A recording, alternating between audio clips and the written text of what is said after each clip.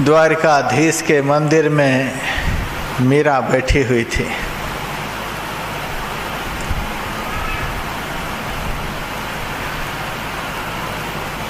भगवान श्री कृष्ण मीरा के सामने प्रकट हो गए। मीरा से कहा, मीरा, आज तुम्हारी भक्ति से मैं बहुत प्रसन्न हूँ। तुम्हारी जो इच्छा हो मेरे से मांग लो। मीरा कहती है, जल्दी जल्दी में आए हो और कहते हो जो इच्छा हो मांग लो। सोच विचार करके मैं आपसे मांगूंगी। दुनिया के लोग तो तुरंत मांग लेते हैं और मांगते ही रहते हैं, कभी मांग खत्म नहीं होती। इसीलिए भगवान भी दुनिया के लोगों से डरते हैं, उनके सामने नहीं प्रकट होते। ये तो मांगते ही रहेगा, सब दिन परेशान ही करेगा। ऐसी चीज कभी मांगेगा ही नहीं कि मांगना सदा के लिए खत्म हो जाए, यह तो मांगता ही रहेगा।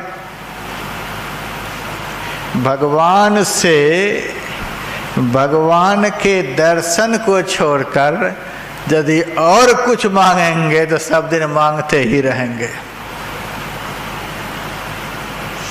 तो मीरा कहती है, सोच विचार करके मांगूंगी।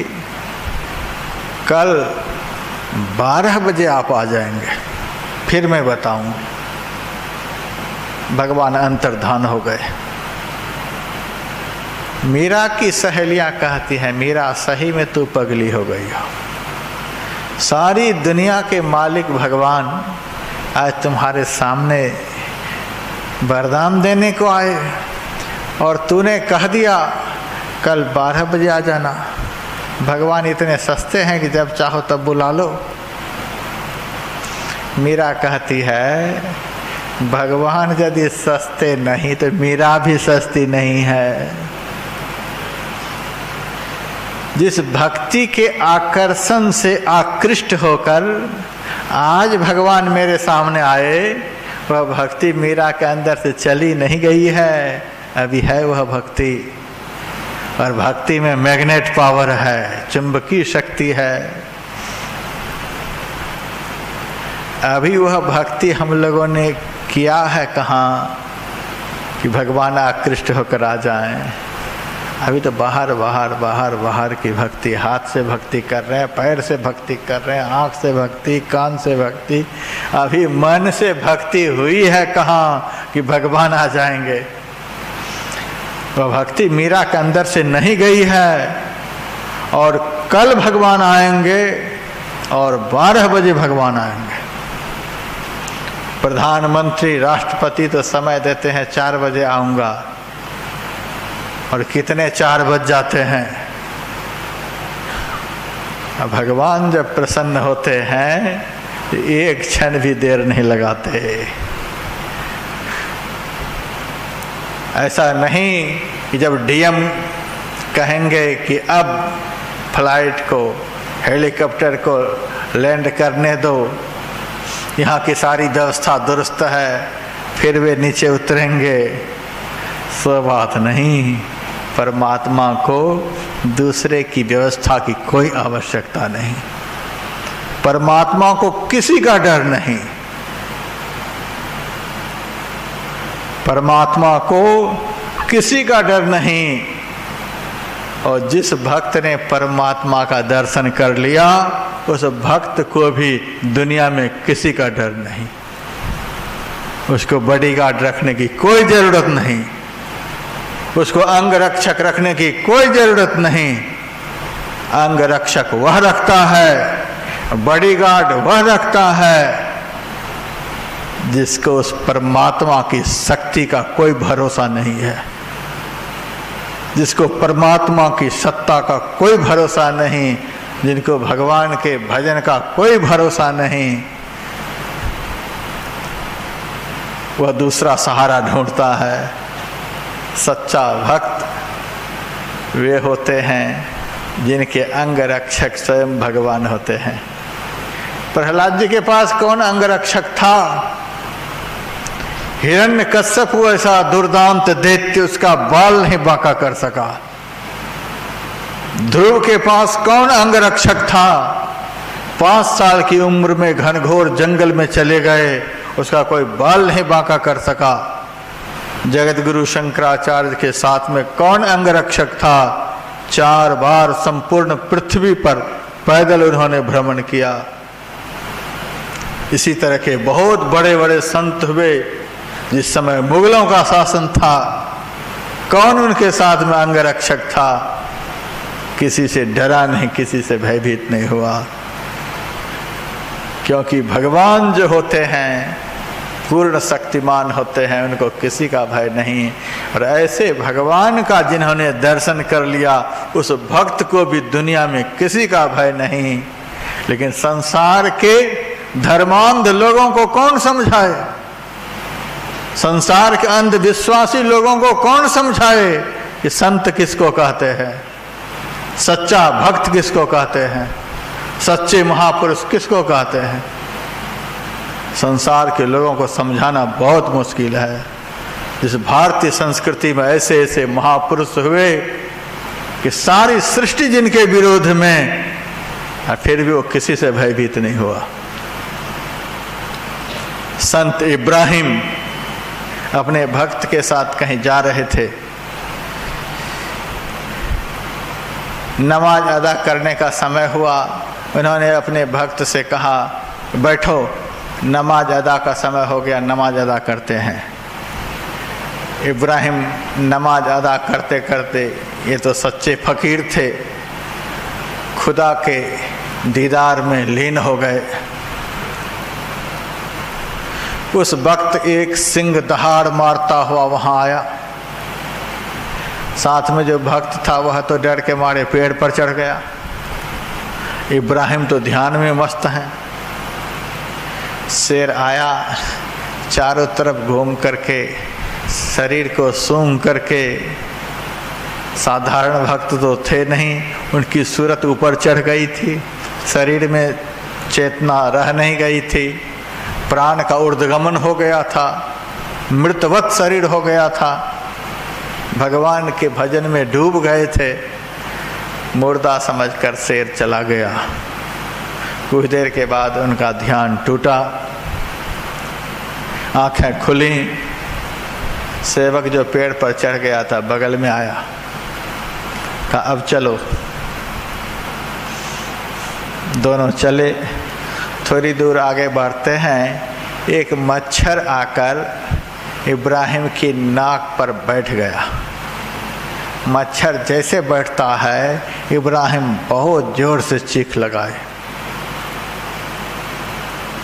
सेवक कहता है, महाराज आप तो बड़े गजब हो।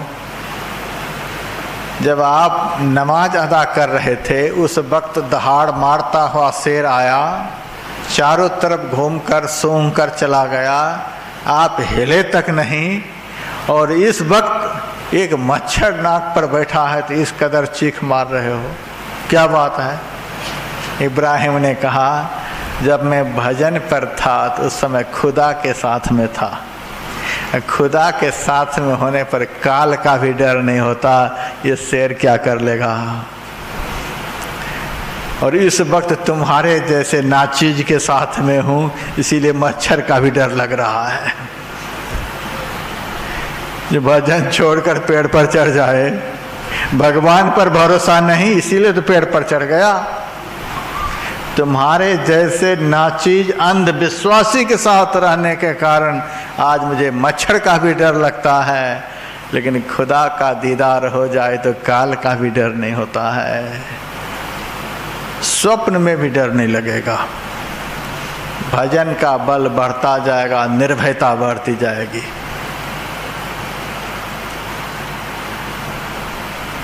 तो भगवान जब पधारते हैं तो कोई देर नहीं लगती है, क्योंकि उनको किसी का डर है ही नहीं, 1 मिनट में प्रकट हो जाते हैं। मीरा कहती है कल 12 बजे पधारेंगे, समय से पधारेंगे।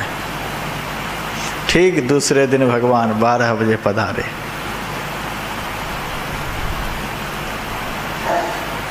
अब मीरा से कहते हैं अब तो बताओ क्या चाहती हो। मीरा कहती है हे प्रभु, आपका दर्शन हो जाने के बाद यदि भक्त को पाने के लिए कुछ बाकी बच जाता है तो जो बाकी बच जाता है वह मुझे दे दो। आपका दर्शन होने के बाद यदि कुछ बाकी बचता है तो वह मुझे दे दो। भगवान एक ही बार में चुप हो गए। भगवान ही एक ऐसी चीज है, भगवान ही एक ऐसा पदार्थ है जिसकी प्राप्ति हो जाने पर भक्त को पाने के लिए कुछ भी बाकी नहीं बचता है। एक ही बार में सब कुछ प्राप्त हो जाता है, कोई इच्छा नहीं रह जाती है। सपने हूं नहीं दुख द्वैत दर्शन बात कोटि को कहे, स्वप्न में भी दुख का दर्शन नहीं, एक ही बार में सब कुछ प्राप्त हो जाता है। जैसे समुद्र में स्नान कर लेने पर दुनिया के समस्त जलाशयों में स्नान करने का फल एक बार में प्राप्त हो जाता, क्योंकि समुद्र के अंदर समस्त जलाशयों का जल होता है। उसी तरह से परमात्मा का दर्शन हो जाने पर कोई सुख पाने के लिए बाकी नहीं बचता, क्योंकि सारे सुखों के भंडार परमात्मा होते हैं। एक बार दर्शन हो जाए।